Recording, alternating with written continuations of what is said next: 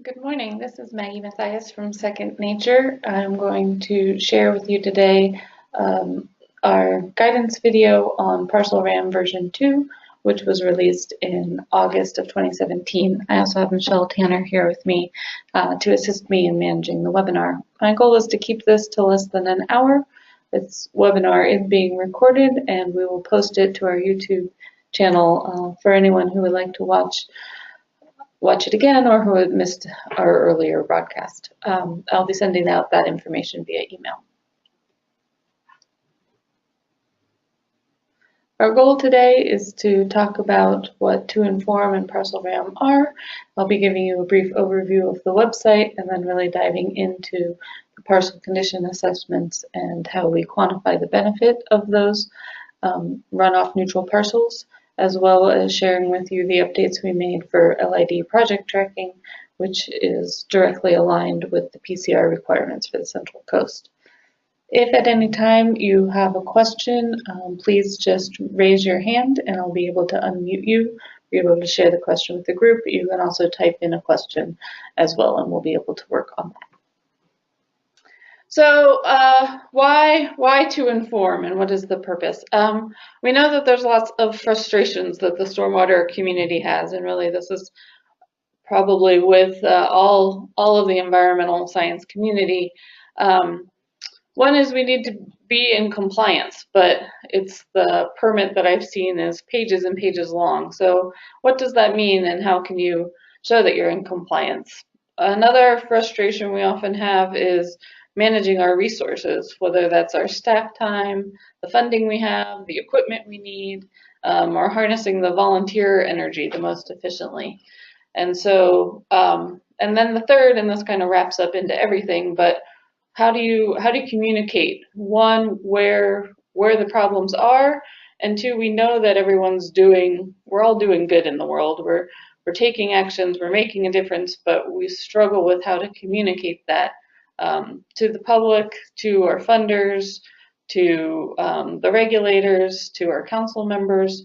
And so finding ways to simplify that communication and be able to show that the actions we are taking are making a difference is really the key to why Second Nature has been building these software programs and really what our mission is and all of that.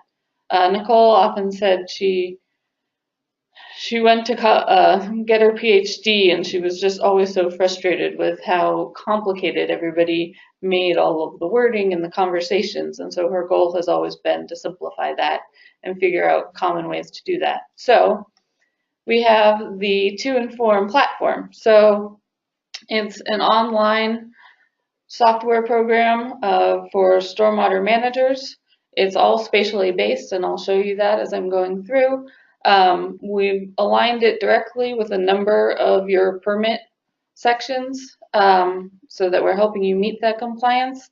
But really, we want you to be able to evaluate your program effectiveness and be able to plan and prioritize actions and use it as a tool for education and outreach. I know that's kind of a big component of how can you show people what you're doing and be able to communicate that. So really our goal with these tools is to be able to create simple visuals to help you do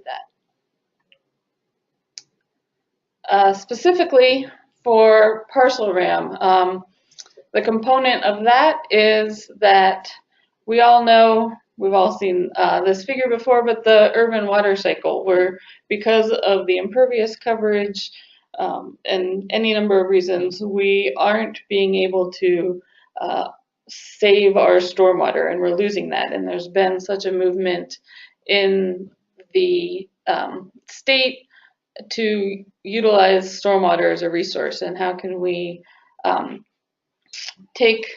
restore the natural water cycle, be able to store and infiltrate that water, and be able to help the natural water cycle. One of the things that we do with our 2Inform is we're able to quantify the stormwater running off in any municipality. So those baseline results, the city of Watsonville has a potential of over 3,000 acre-feet of stormwater.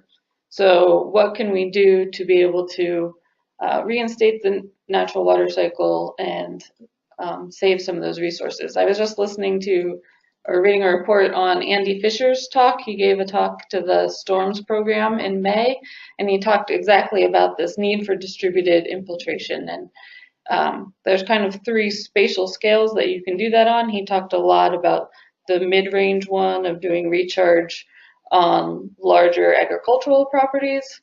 There's also like large, really big infiltration basins. Parcel RAM looks at the more of the impact of what the individuals can do. So right along the lines of the RCD's Slow It, Spread It, Sink It campaign and what local homeowners can do on their properties to reduce the runoff. And so really as we were building Parcel RAM, the three components of that are, we know that stormwater is a resource and we want to be able to infiltrate it and restore that natural water cycle. We know that municipalities have permit requirements for redevelopment and need to show the regional board the actions that they're taking as people are applying for development permits. And we really think landowners want and can contribute to the solution. There's this great education and outreach component of being able to show landowners where they are within the watersheds and then show them that the difference that they can make through encouraging them to think through their landscaping and how they're designing their property. So then kind of thinking through how that works, we have 2 main components of Parcel RAM. One is the field inspections. So going out to a property, doing a quick field assessment and being able to quantify the benefit of that. The municipalities can quantify the benefit, so that can show progress of their stormwater program. The platform allows the regulators to see that benefit, and then any number of RCDs or nonprofits have a way of targeting their education and outreach by using this measure of impact and being able to talk to the public. And then the second component, which I'll talk about in the second half of the webinar, is the LID project tracking. So there are these permit requirements to track the information associated with redevelopment, showing that you have a management database, and also being able to show the regulator the summary of the information. So I'll show you how in Parcel RAM we help you with that. So now just to show you what the website looks like, this is parcelram.com. So you type that as the URL, it'll take you to this homepage. For our subscribers, this is the same username and password that you have with all of the tools. So Teller, BMP RAM, and Parcel RAM, they all share the same information and get you onto the platform with your spatial data. Once you sign in, this is the demo account showing you the city of Watsonville.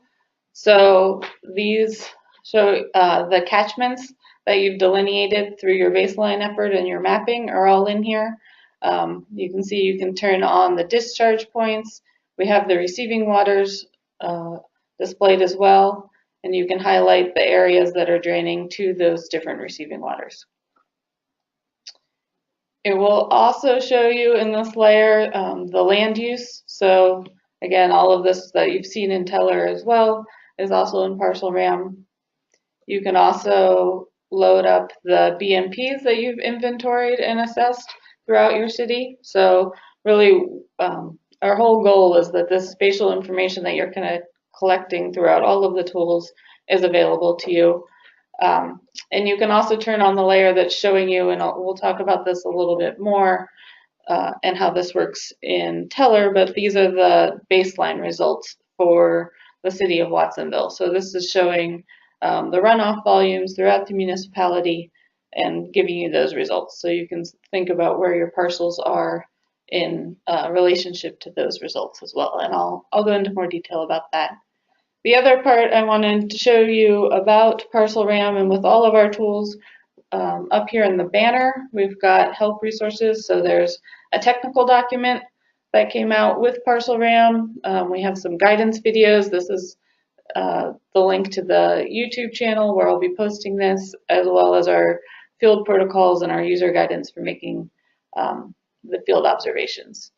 You can also export your data, anything associated with the parcel conditions or the LID project tracking can be exported either in Excel or as a shapefile, and then this is the user settings and where you can log out. So just kind of a brief overview of how this tool is set up so that when I now go into our field observations and jump back into this, you kind of have an idea of where we are. So parcel conditions, starting with that, I'm going to talk a little bit about what parcel conditions, what the definition is, how you observe it in the field, and then how you can manage that data, and then talk about how we use that in Teller to quantify the benefit of that and start using that towards communication to the group. So parcel condition is defined, it's a mouthful, the observable relative threat of runoff from a parcel at the time of observation should a runoff event occur. Basically, how likely is it when it rains that there's going to be water we're losing from the parcel that's going to get into the storm drain system, get routed to the receiving waters, and we're basically going to lose the opportunity for source control and infiltrating it and storing it on site. And we kind of all, I'm sure we all know this, but through the effective implementation of either non-structural or structural BMPs, we can improve parcel condition. I think visuals are probably the easiest. So here we're looking at, this is poor parcel condition. These are all things you can observe on a parcel that would be indicative of not storing or infiltrating runoff when it falls on this parcel. So the first example, the roof downspouts going directly into a channel and getting carried off of the parcel. So this is something you could easily see whether or not it was raining at the moment you were there. You'd be able to see evidence of this. Another is just bare, poorly maintained soil that's got rills and channels starting to form, and so now you're creating this conduit for the runoff to be able to go off the parcel. And then the third example is just too much impervious area.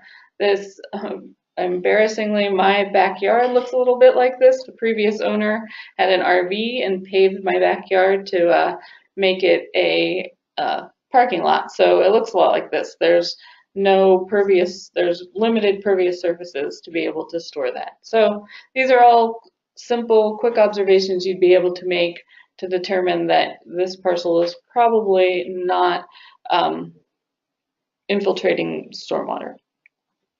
On the flip side of that, things that are good that we know that we can do to improve this. One is disconnecting downspouts, so routing it to healthy vegetated areas to be able to capture that.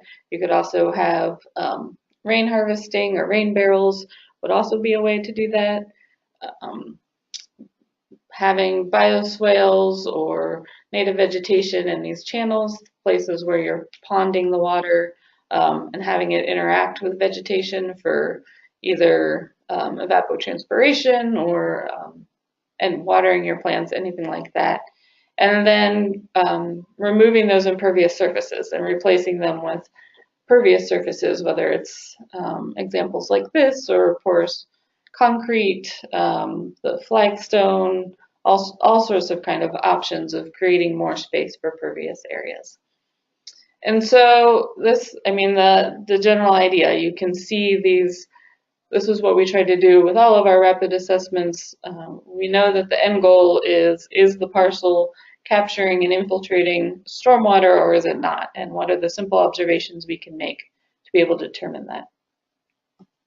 we define kind of 3 states that the parcel can be in, and following our typical red, yellow, green coloring for easily communicating that. The first is status quo. So that's more than 50% of the parcel is draining runoff off of the parcel. That's, I mean, typically what before redevelopment, what probably most parcels look like now that have been developed over the past many decades. The other flip side of that is the green one, which is over 90% of the parcel is capturing the runoff, and so that then only less than 10% of the parcel is draining to the area. So these are our kind of 2 bounds for poor condition. So those other, all of those photos I showed you would be indicating a status quo versus the green. And then we have in the middle this reduced runoff. There's certainly site constraints that some parcels have, financial constraints, whatever it may be, that you may not be able to get your parcel entirely to that 90% that's infiltrating and storing the water. But we wanted to allow for this kind of middle ground and showing some improvement. And this is new. This reduced runoff is a new condition that we added with the release in August. Another way to think about that is just kind of a flow chart, and as we're going through these field observations next, we're thinking you're looking for evidence that more than 10% of the runoff is exiting the parcel. If that is not true, then you're runoff neutral. If it is true, then you're looking for that next threshold of 50% of the parcel. Are you having runoff from that or not? If you're not, then you're in that middle zone of the reduced runoff, and if it is, then you're in status quo.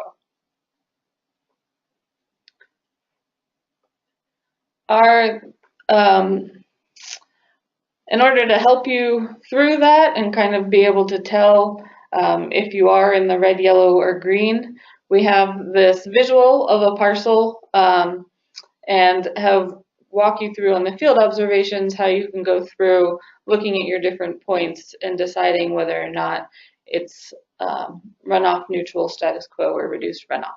So the first place we recommend, just because it's the easiest to start at, is looking at your roof runoff.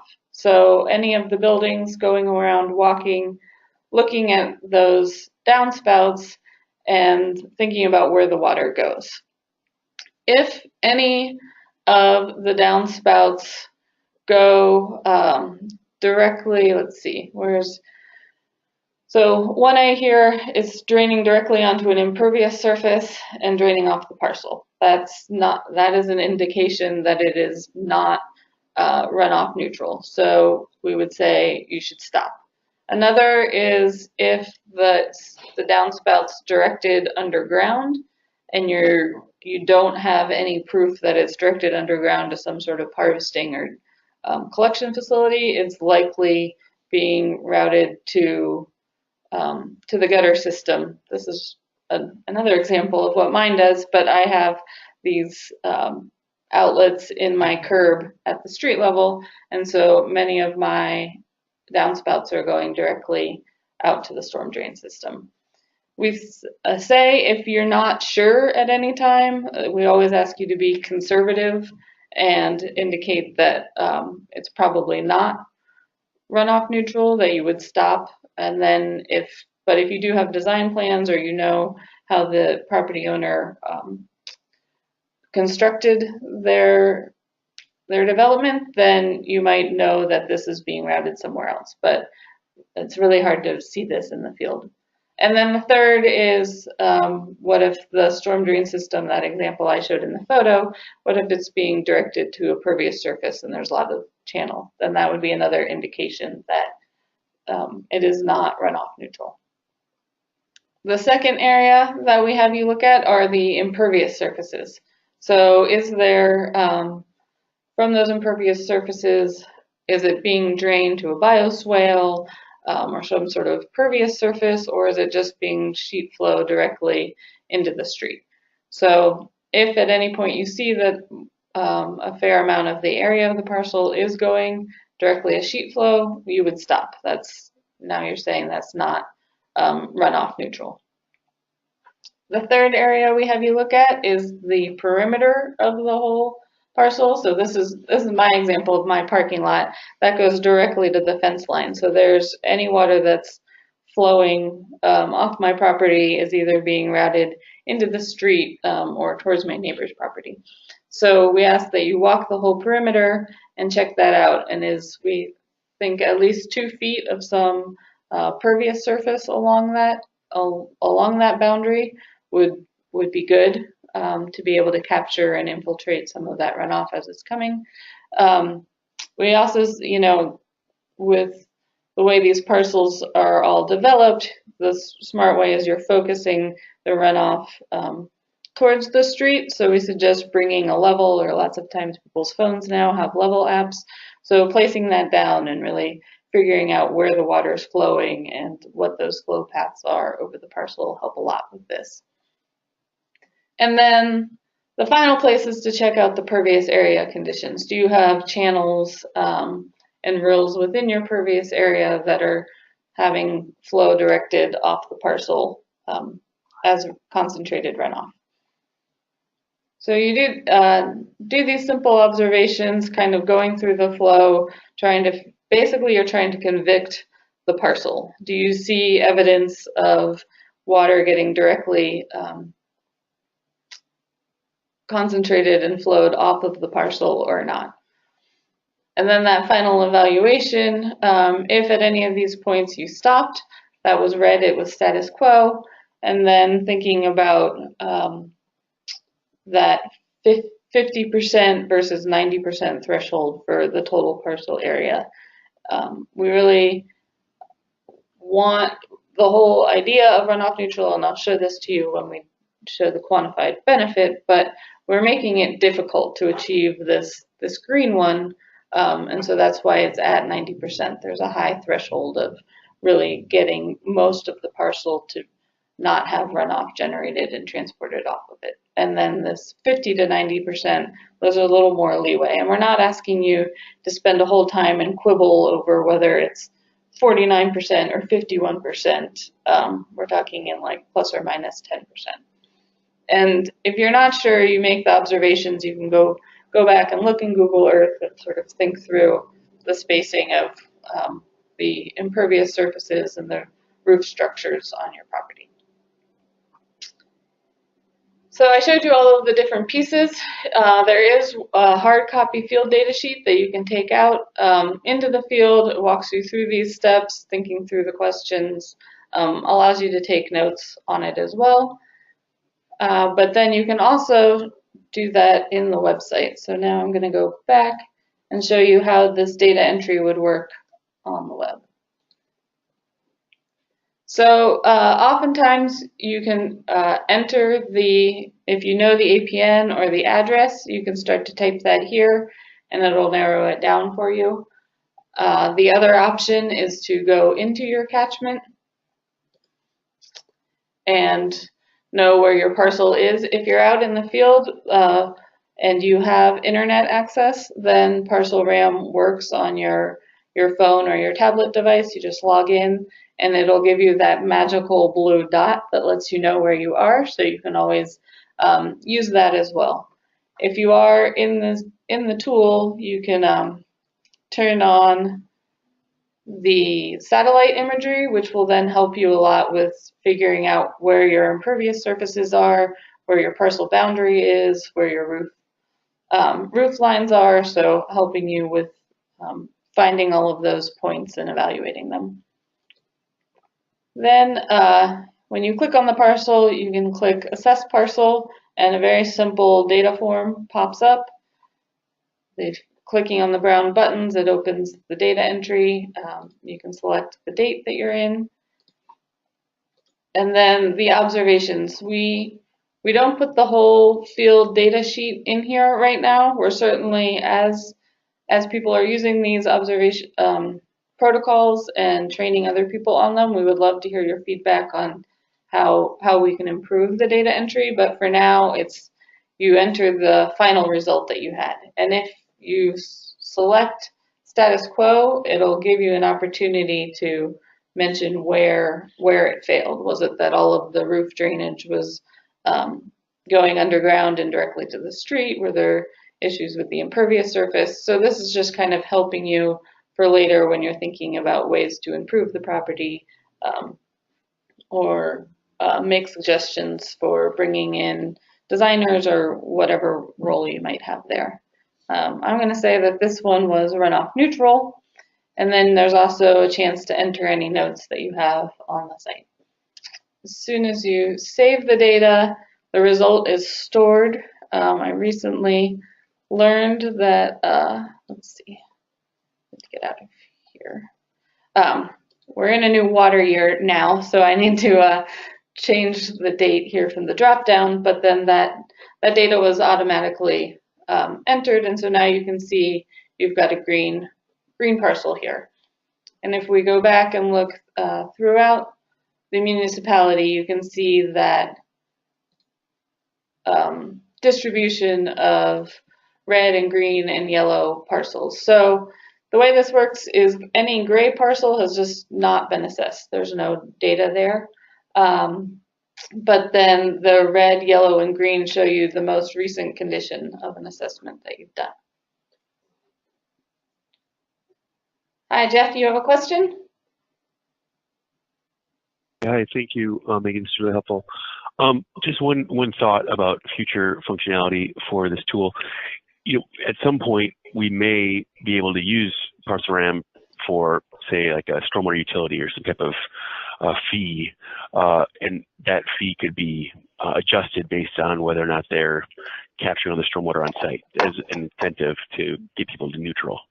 Have you seen that application anywhere in the state, or are you thinking about that type of future use? I know you're doing the 10%, 50% others. I'm wondering if we're going to have needs for other scales as well. I'm just brainstorming here, but no, absolutely. You're kind of stealing some of that. We were going to go with that quantifying of benefit. We definitely see that there's now an opportunity of whether it's fee-based or incentive-based to encourage landowners to do this. I haven't seen it in California. I know we've talked to some people in other places that have tried to structure this, and that is definitely part of our plan of having that education and outreach and be able to show this and encourage the public and motivate those actions. We would totally be open to, if more details are needed and the field observations need to get a little more strict to be able to encourage and facilitate that, that sounds great to us.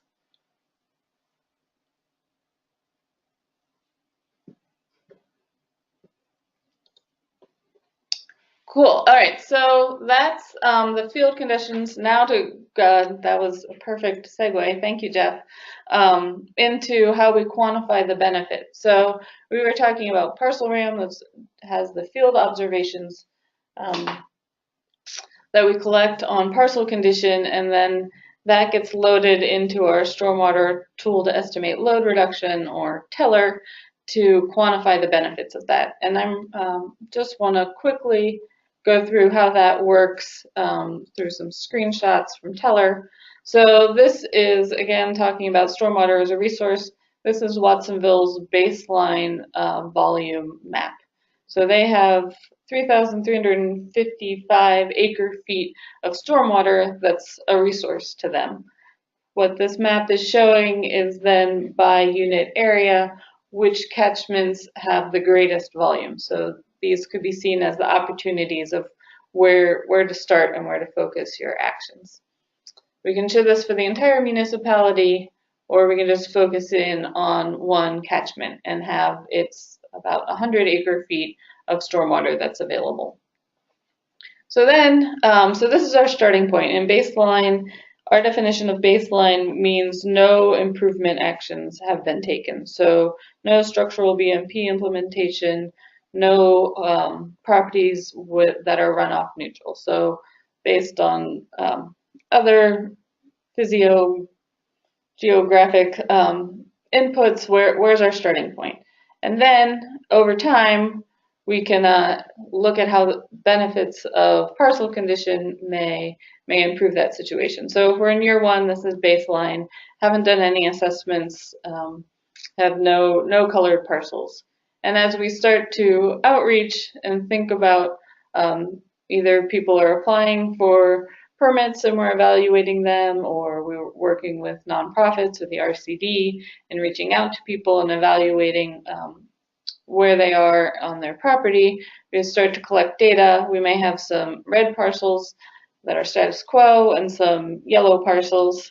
Continue to make more observations, get more data, start to get some green parcels, less red parcels, even more in year 4. So like the outreach is working, whatever programs we have, and say in 5 years, most of this catchment has data and there's a lot of green parcels. So they've implemented whatever actions it were to infiltrate and store that water.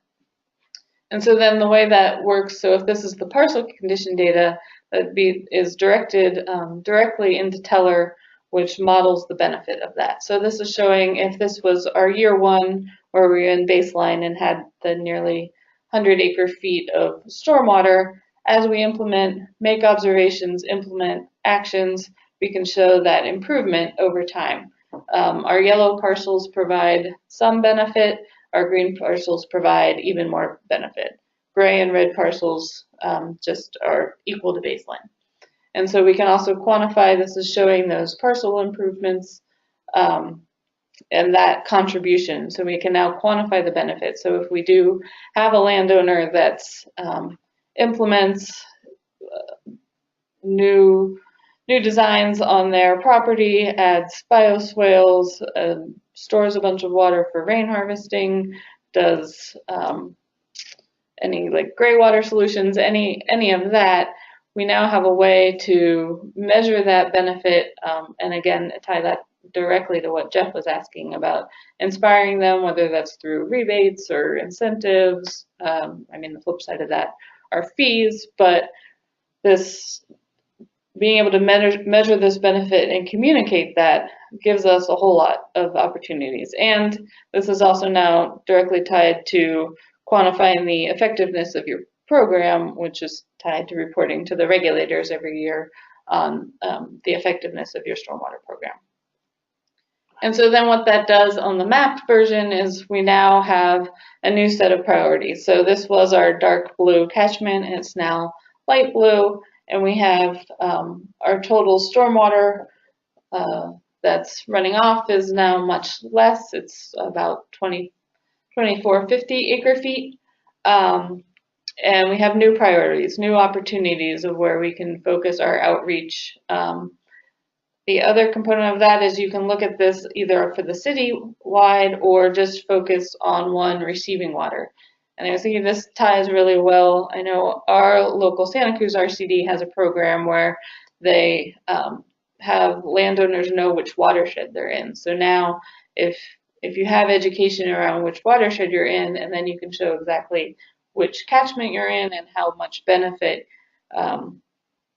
doing development or redesigning your backyard could have for a local landowner.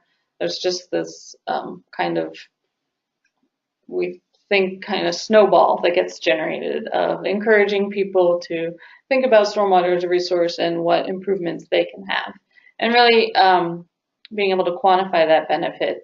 And obviously one person's parcel may not make a huge difference in the catchment.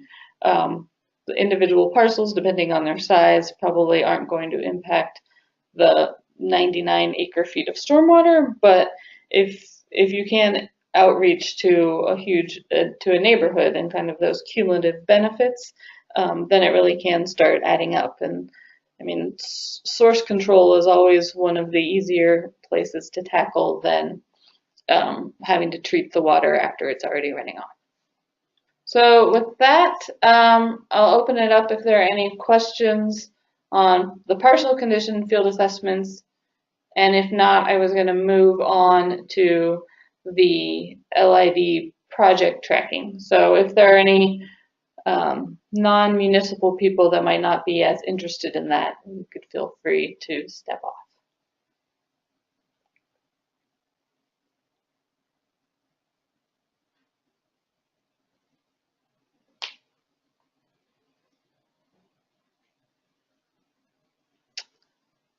Cool. All right. I'm going to take that as I should move on. So the next component of this is the LID project tracking. So for the phase 2s, this is your PCRs. We worked closely with a number of stakeholders. Heidi Niggemeyer from the city of Salinas, Anya Top from the city of Santa Cruz and then Carmel, and Dave Licaro from Paso Robles, and also with Dominic Rock from the regional board to really identify what functionality was needed to help both manage the information associated with these projects and show compliance. And the way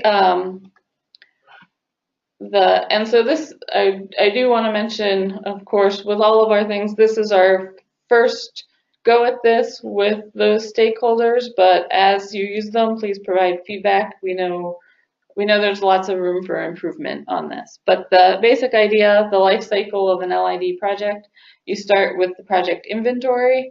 So this is a permit comes in for development. You'll add the project to Parcel RAM. Select the parcels that are associated with that. If there are any already inventoried BMPs that are associated with that, you can link those to it as well. And then you enter the project details, and I'll walk through what all of those are when I get into the website. Once the project's completed, that means that you've done a field verification, you have the O&M plan, and you've issued the certificate of occupancy.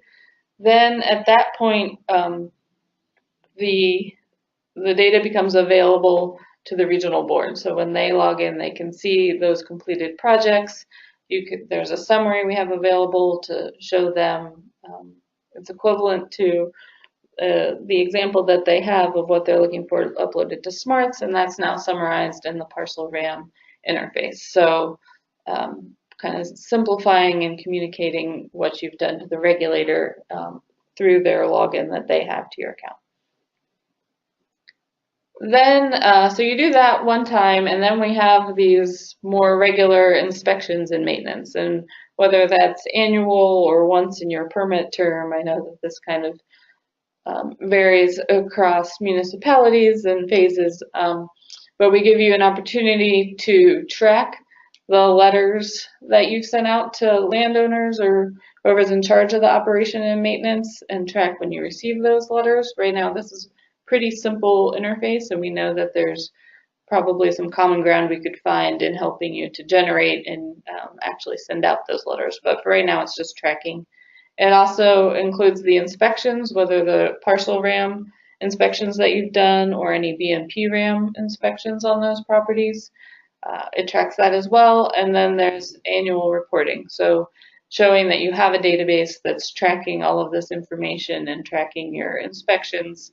Again, this information becomes automatically available to the regulator once you allow them to see it, and they can then look at it on their screen, pick up the phone, and call you if they have any questions. So now to show you what, because it's way more interesting to look at it actually in the website. We were on the parcel condition tab, which is all of the field assessments. This LID project tracking takes you into the map. Again, this is fake Watsonville data, but this is showing all of the inventoried projects so far. Like all of our tools, you can also see them highlighted by which receiving water they're in. The filters allow you to see ones that are in progress versus completed. They also have the different categories for the tiers in the permit. and then other information about the ownership and the land use. So if you want to add a new project, you start over here on this tab, and you can select. You can either search if you know the APN or which watershed it's in, or click on it. It'll take you into that parcel or into that catchment, and then you can select any number of parcels. You can select it using it in the map and click Add to Project. You would also be able to click it on this checkbox as well. And we know that multiple parcels can be associated with the project, so you can pick as many as you want. Then if you click Next, if there are any BMPs that you've inventoried in BMP RAM, so we imagine that now we're working with the city of Salinas, and they obviously are trying to get their data that they already have into this system, so there's a lot of already inventoried BMPs that they want to link to projects. If this was a brand new project, and you're just starting through the design, obviously the BMPs wouldn't be included yet, but we knew that we needed to add this functionality. So you can select the ones that are associated with it, they turn blue, and then you get to this page that lets you, now these are just this information tracking that you need.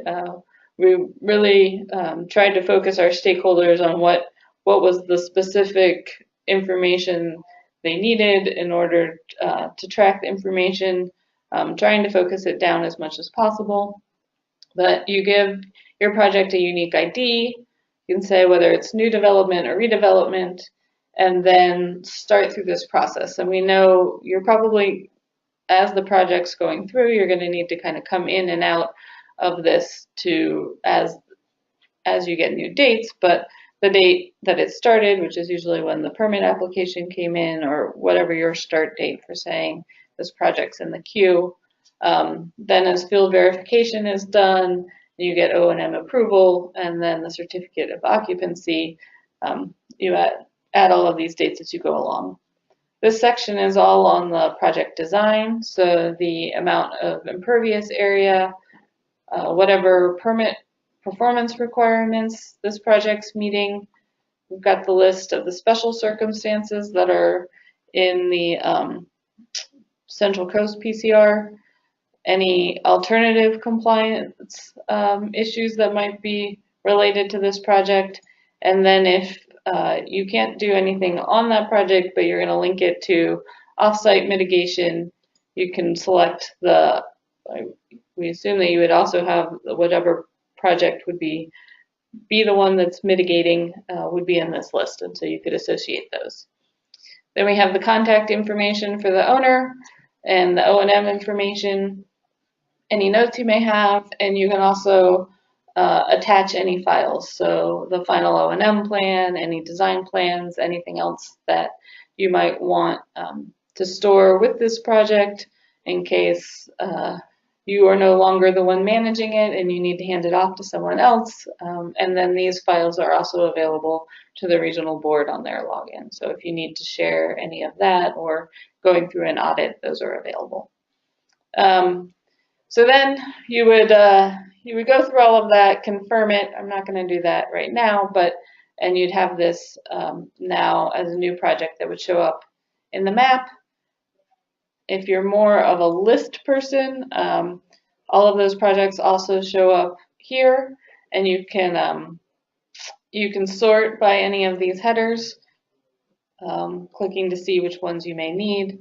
This is also a way that you can go back into the project details. So if you do now have completed the field verification or got a new report that you need to add, you can add that here. Or if you need to delete the project for whatever reason. You can also click on the hyperlink here and it'll take you directly into the map. This is a completed project where inspections have already been done. So we can now see the results of the parcel condition assessment and then any structural BMPs that were inventoried and assessed at BMP RAM. Those results come out here. This project details would take you again back into the summary of which parcels, the BMPs, and that any other information here. And then you can also see this assessment history. So this is just showing for 1 year, but as more years happen, you'd be able to click on those and see the history of sending out the O&M letters and the certifications from the owners. They also give you the history of the BMPs, the date they were assessed and their score, and the parcel condition assessments. So giving you that summary, and really this was meeting that requirement of the O&M database for the permit. So now being able to show that you have this all stored, and the regional board knows that you're tracking it. Clicking out of here, I just to show you so this is definitely, we would love your feedback on this, but this is the current tracking for sending out and receiving letters. So for this project, if you send out the letter, you would click this button, and it lets you pick the date and provide notes on what that was. And we assume that if you're doing, and then that note shows up in this little comment field here. We assume when you're sending out letters, you're probably going to do it in bulk, so you can select all and pick the date, and that'll fill all of these. And then probably as you're receiving them, that might be more of a one-by-one case. And then finally, this is the summary. This is with talking through with the regional board of kind of what they're looking to see for this water year. What's the summary of your completed projects, your field verified projects, your projects with a submitted O&M plan, and how does that fall out in the different impervious service area requirements and the performance requirements. So this is just kind of our simple way. You could take a screenshot of this and provide it in a report, or just encourage the regulators to look at this through their login and be able to see that information. And that covers everything that I had to say about Parcel RAM version 2. I am happy to answer any questions if you have them now, or if not, please feel free, as always, pick up the phone and give us a call, email me. The feedback forum, we would love to hear. I mean, this is our starting point in giving you something to react to, but as you think through what information you would need, or how going out in the field and doing the field observations, if you have any suggestions, please, we would love to hear them. We want to make this tool as useful and as usable as possible for you.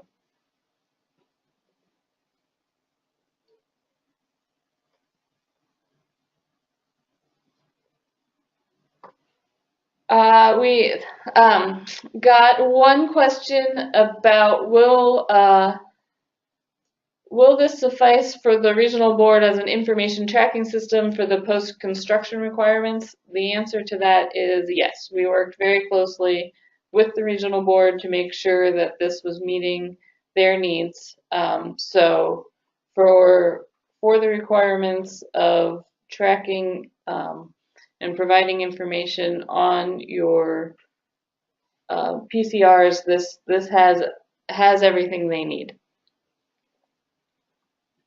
And the second is that most construction engineering departments already have programs like TrackIt that collect the permit information you need.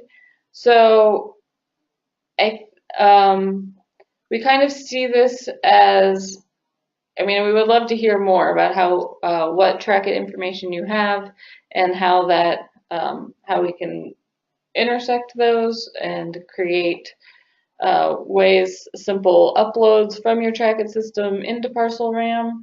I think a lot of times, right, this goes to the whole communication thing. So that you have the engineering department or your permitting department that's doing one thing and needs one set of data, but as a stormwater program manager, you need some of that information and some additional information to help meet the permit. And that was a lot of when we started talking, particularly with Agnes. She was tracking all of her information in several spreadsheets and was just kind of overwhelmed with where she was trying to get the information and where she was storing it, and then turning that into her annual report. So our goal is to help you get away from those Excel spreadsheets. If you're already pulling things from other departments, obviously we want to work with making that as seamless as possible. I don't see this as replacing what your engineering department already has, but we can certainly talk through what other information you would need, how to find out what Trackit is, what you can export out of Trackit, and how we can make that as seamless as possible to upload into Parcel RAM so that you don't have to go through each individual project.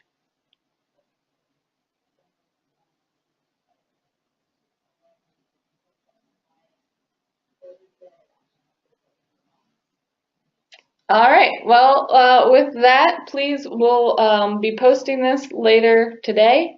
So happy to be able to answer any questions that you might, oh, sorry, there are more questions.